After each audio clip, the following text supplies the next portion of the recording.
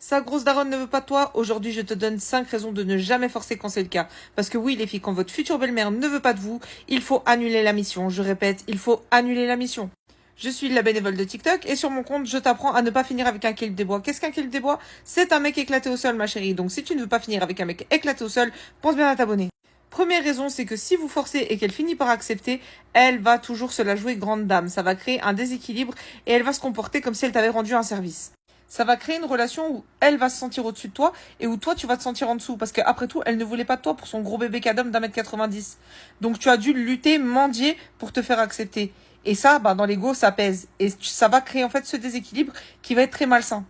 Raison numéro 2, en cas d'embrouille avec les autres membres de ta belle famille ou avec ton mari, elle ne sera jamais de ton côté et encore pire, elle va enfoncer le clou en disant tu comprends maintenant pourquoi je voulais pas que tu te maries avec elle. Ah, je t'avais dit que c'était pas une bonne femme. Ah, je t'avais dit que c'était une fille à problème. En gros, tu vas avoir constamment un ennemi et c'est pas n'importe quel ennemi, c'est l'ennemi qui a quand même expulsé ton gros mari de sa schneck.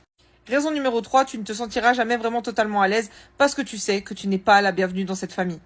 Tu auras cette sensation de toujours devoir prouver que t'es une bonne femme pour son fils, qu'il a fait le bon choix et qu'elle s'est trompée. Ça met une énorme pression sur les épaules et c'est dur à tenir sur le long terme. Raison suivante, et pas des moindres, elle va devenir la grand-mère de tes futurs enfants, avec tout ce que ça implique. C'est-à-dire qu'à la base, déjà, elle trouvait que t'étais pas assez bien pour son fils. Donc si ces petits-enfants, ils font des travers, ce sera forcément de ta faute et pas de la faute de leur fils. Et je parle même pas du fait que dans des cas plus extrêmes, elle peut parler mal de toi à tes enfants ou ne pas les traiter correctement parce qu'elle ne t'aime pas.